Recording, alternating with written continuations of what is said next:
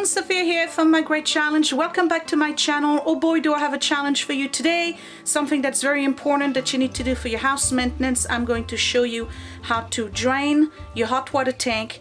You need to do it at least twice a year. You need to do it for safety reason because those things are basically big bombs in your house.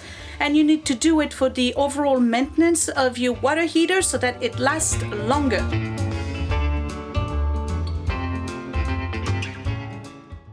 Okay, so we are in my boiler room and I have a furnace here. That's my heating furnace, and here is my water tank. So I'm gonna give you a real quick tour.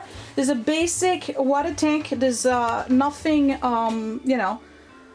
crazy about it. It's about as basic as they get. So just quick basic stuff. You have a gas intake here, and then you have a water intake. Oops, I'm losing focus. Then you have a water intake on one side, and then you have the water output on the other side. And then every tank also has this pipe right here. This is the emergency pipe. So you see there's a little gizmo here. I'm not gonna do it today because sometimes they break and then you end up being in big trouble. But basically there's a mechanism, a safety mechanism inside your tank that if something was going wrong, this would basically open up, and then all of the pressured water would come out of this spout right here and evacuate the tank so that the tank doesn't explode. So once in a while what you want to do is pop this open just to make sure the whole thing works, but I'm not going to do it today because it's the weekend. God forbid the spring inside doesn't spring back the way it's supposed to go, and then I just keep having water coming out. So we're not going to do that today. But basically this is a mechanism that helps you be safer with your water tank. It's very important that you drain your water tank twice a year.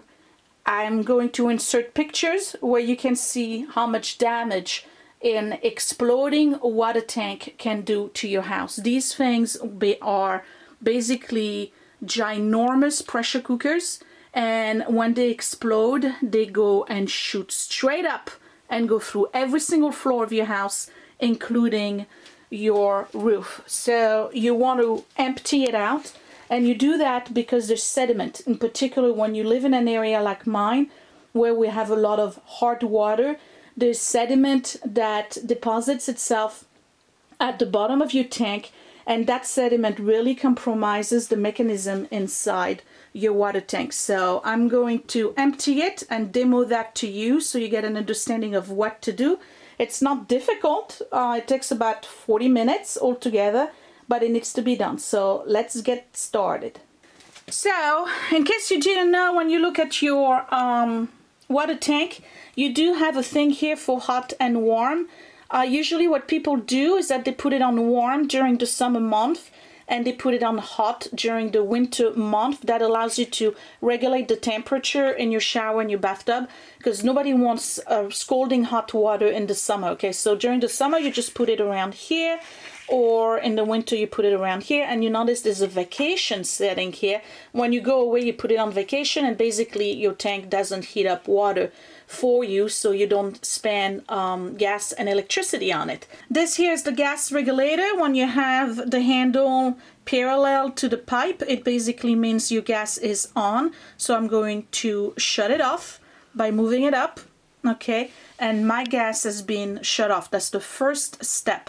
Same thing with this. This is the water output. This is when you get a shower, the water goes up those pipes into your bathtubs and whatnot. So I'm going to shut that down, and again, when it's parallel to the pipe, that means it's on. So I'm just going to push that down and close it. Close it all the way. All right.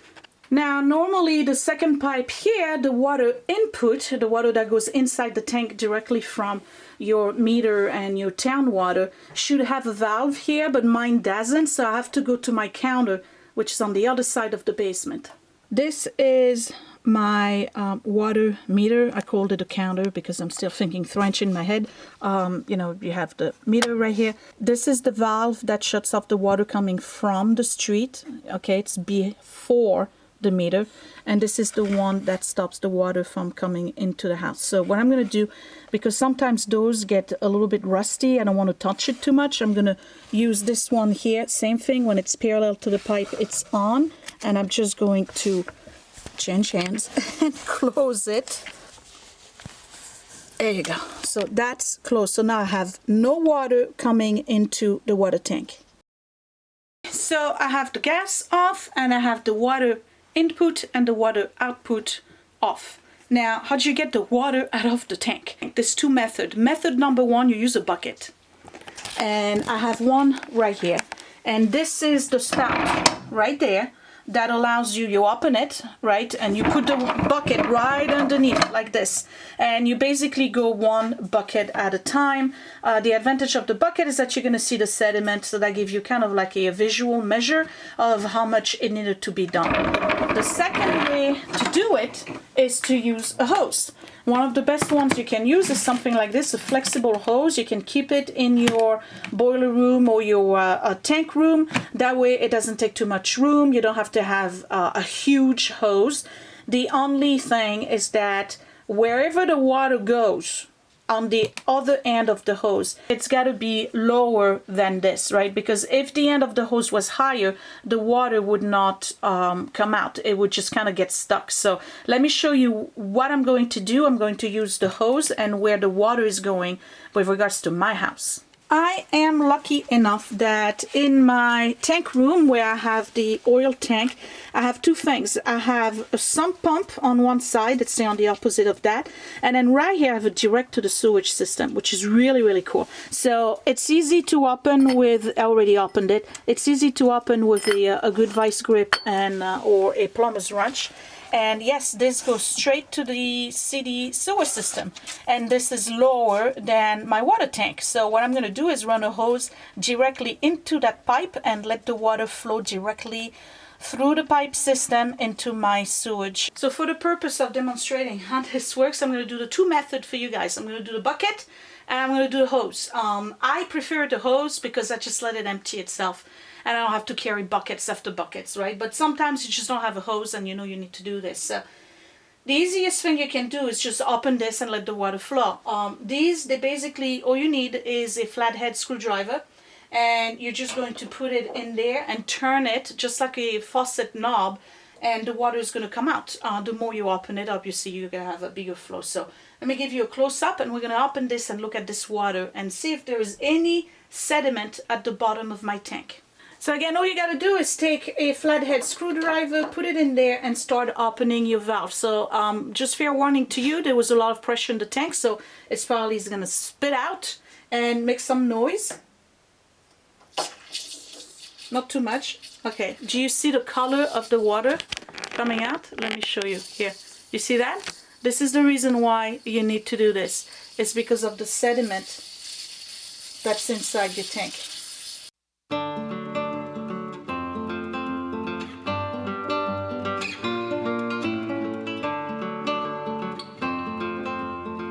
Alright, so let me close this and I'm going to show you how to do it with the hose, because it's basically the same thing. You just got to attach a hose to it. And right now I have the other end of the hose here in the bucket. I'm going to go to my sewer line, but I just want to show you how the water will drain. Basically from the hose. Okay, see that?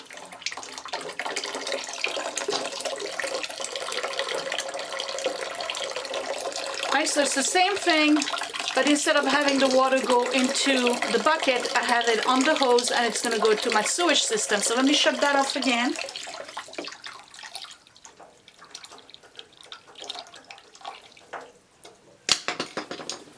And I'm just going to run my hose directly onto my sewage pipe.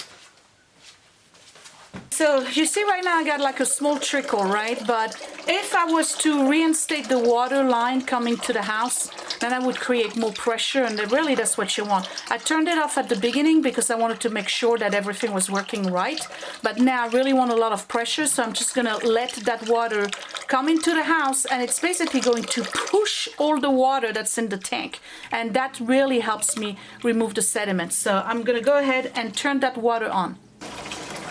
And you're gonna see how I'm gonna get way more pressure. You see that? Okay. And that's really what you want. So I just turned it off again because I wanted the water to calm a little bit so you could see the color of the water. This is all the sediment that you get from the inside of your tank. So I'm just gonna kink this, put it back into the sewage line, and reopen the main water line to the house to again push all that water out of my tank. So I have the water to the house back on, and it's pushing all of the water into the hose, and my hose is connected straight to my sewing line over there. And you see I got a hammer on it because there's so much pressure. The hose is doing what the fireman's hose does. It's dancing all over the place. So I don't want it happen once. You see I have water all over, right? So I'm just gonna let this run for about 5 minutes so that I can empty my tank, and then we'll be done. And remember, I turned the water to the house back on because that way I can push the water that's in the tank, right? So I have all this washer that's rushing into the tank and emptying at the bottom. It's taking all the sediments out. I initially turned it off just in case I had a glitch or something. I needed to have water to be out so that I wouldn't have a big flood in here. You know, sometimes those pipes, they break, whatever, okay? So now that I've had this water rushing into my tank and pushing all the water at the bottom and the sediment for a good 15 minutes, all I have to do is leave the water on the way it is, right? Because I'm not doing anything with that anymore. I don't have to turn it off. And I'm going to close this valve right here. Okay, here we go.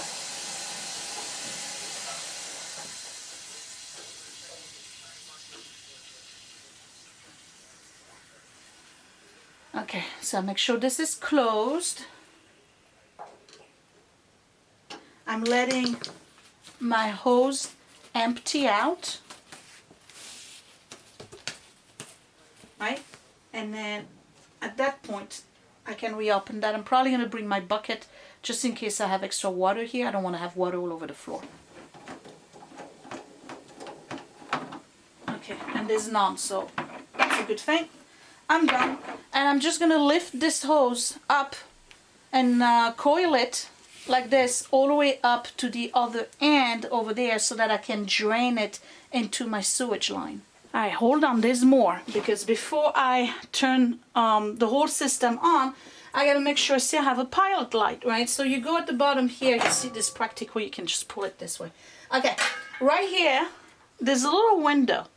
When I turn the gas back on, technically I should be able to see the little pilot light coming out here, okay? If I don't see it, there's a whole mechanism here to allow me to turn the pilot light on. So first, let's turn the gas. Let's look at this window and see if my pilot comes out automatically, otherwise I'm gonna have to trigger it. Okay, gas back on. Here's my little window, and I don't see any flame. Okay, so you see here I have a little thing, it says pilot. Technically it's on, but I need to be able to trigger it, so I put it here on pilot. Oh, if you can see, I'm gonna keep this pushed down like this, and I'm gonna use this little trigger here. Okay, you see when I click, right, it sparks. All right, so let me keep that button. I'm going to keep that button down, and I'm going to send a little spark, and you're going to see the pilot light. You see the pilot light? Okay, so it stays lit, and you got to keep pressing that other red button, the big one.